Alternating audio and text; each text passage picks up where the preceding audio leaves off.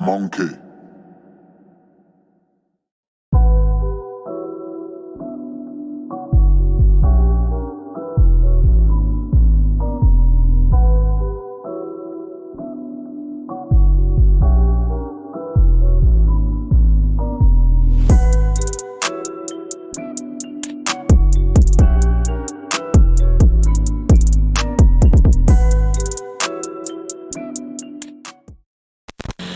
Monkey.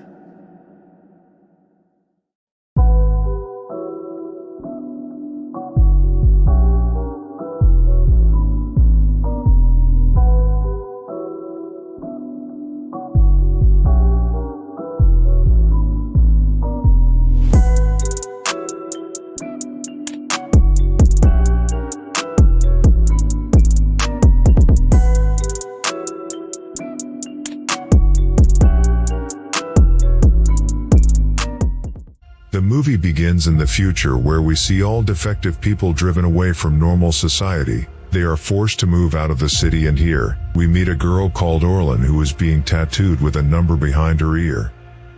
She is now considered a bad batch and she has no choice, and she is taken to the border of the country and told to leave.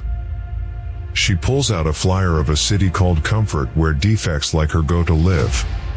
She sees a broken down car and jumps in. While she is fixing her face, she sees a car approaching in the distance and gets worried. When the car gets closer, she quickly makes a run for it, but she is easily caught. When she finally wakes up, she finds herself tied up lying on the ground. She freaks out and doesn't know where she is. She tries to free herself, but then one of the kidnappers comes over and injects her with something. We then see the lady pick up a saw and turns up the music very loudly. As she makes her way over to her, Orlin knows that something bad is about to happen. A few hours later, she wakes up, and to her horror, her arm and leg has been amputated. That's when we learn that the girl was taken by cannibals who feasted on her limbs. Orlin is absolutely distraught and can't believe what they have done to her. We then see a group of men and women who are very muscular and working out in the open. The cannibals need a lot of protein to maintain their bodies. Next, we meet someone called Miami Man who runs the whole operation. He sips cola while inspecting all the people that they have captured. There are loads of people lying around without their limbs. We then see Orlin waking up and she hears someone screaming but is unable to do anything to help. The next day, the cannibals arrive and they notice that Orlin tried to escape in the night and hurt herself. They unchain her and drag her through the sand.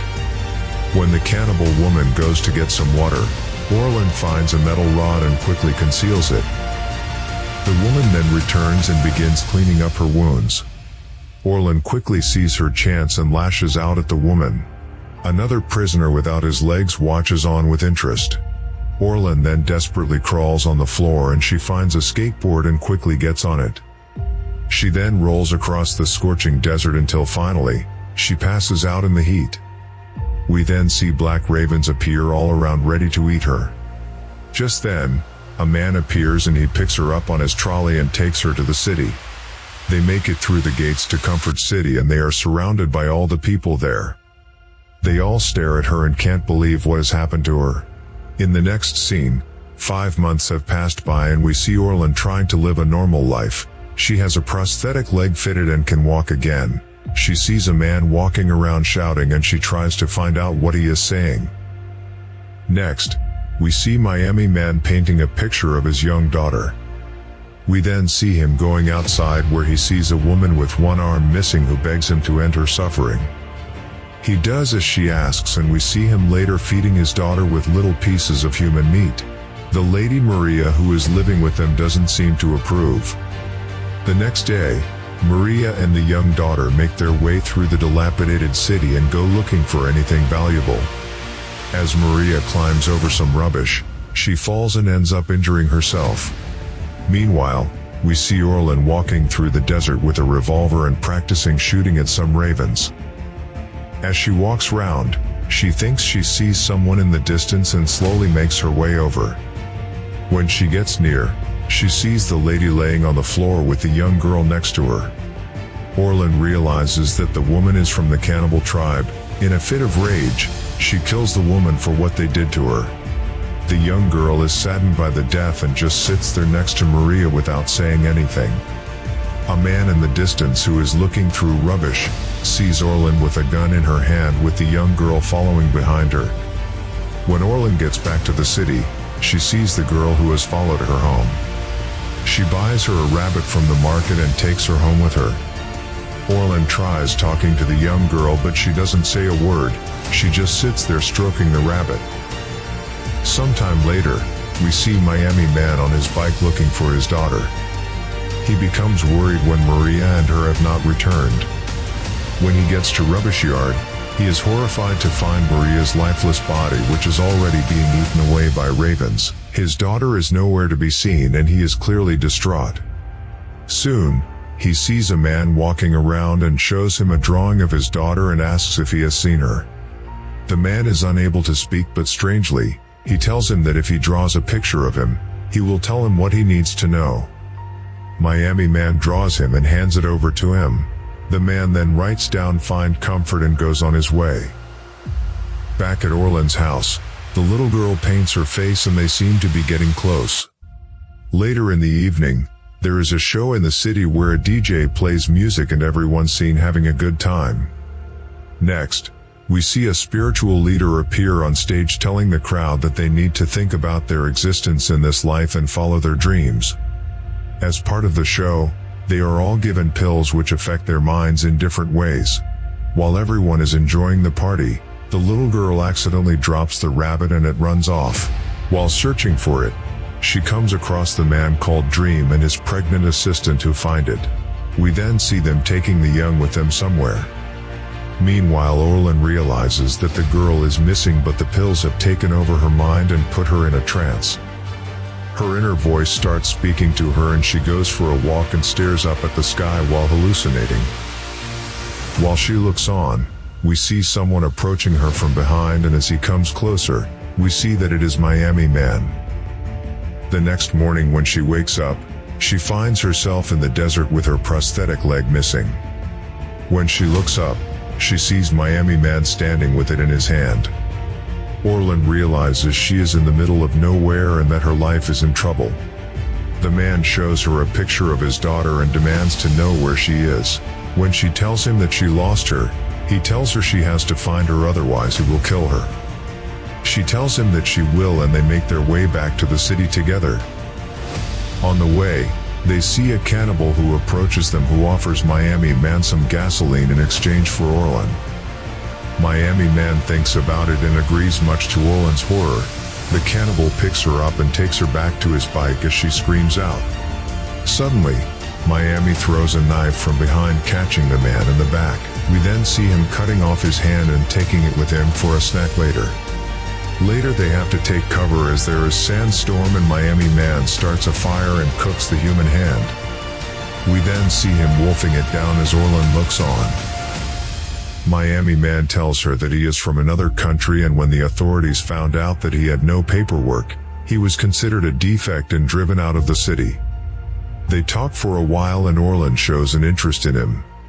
Suddenly there is a loud noise and men who patrol the outskirts of the city protecting people from cannibals turn up. They rescue Orlin and shoot Miami man. Later, we see that Orlin has been taken back home. For some reason she can't stop thinking about Miami man. When she goes outside to clear her head, she finds a notepad full of drawings. Back in the desert, Miami man is found injured lying on the ground. A man finds him and stops the ravens eating him alive. He then tends to his wounds and takes him to a cave to take care of him. Over the next few days the man feeds him and gets him back on his feet.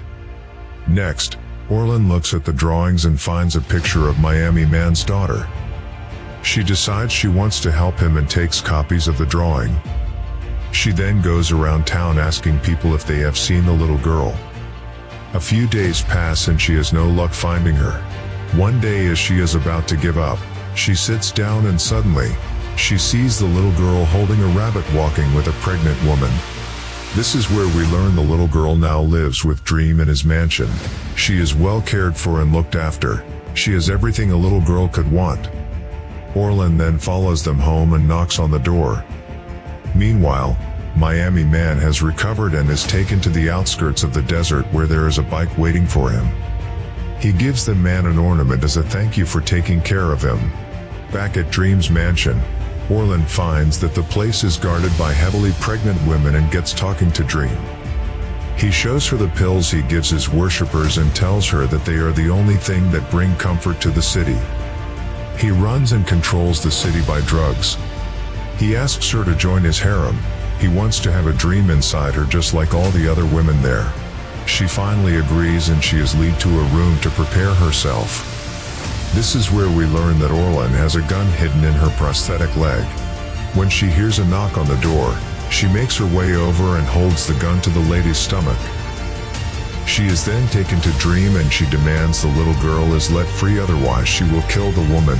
Dream brings the girl over to her and tells her to look after the rabbit. They cautiously make their way out of the grounds and take one of the pregnant women with them. They manage to slowly make their way out, and when they are at a safe distance, Orlin releases the pregnant woman. As they drive on, they see someone in the distance approaching. To the little girl's delight, it is her father. The father is overwhelmed at seeing his daughter still alive and embraces her tightly. Orlin then asks Miami man if she can stay with them. He tells her she should return to the city as the desert can be a very dangerous place and she will not survive here. She tells him that she knows that and is still willing to stay. We then see the little girl asking for spaghetti, as she had grown accustomed to good things in the mansion. Miami man takes his daughter's pet rabbit and tells Orlin to cover the girl's eyes.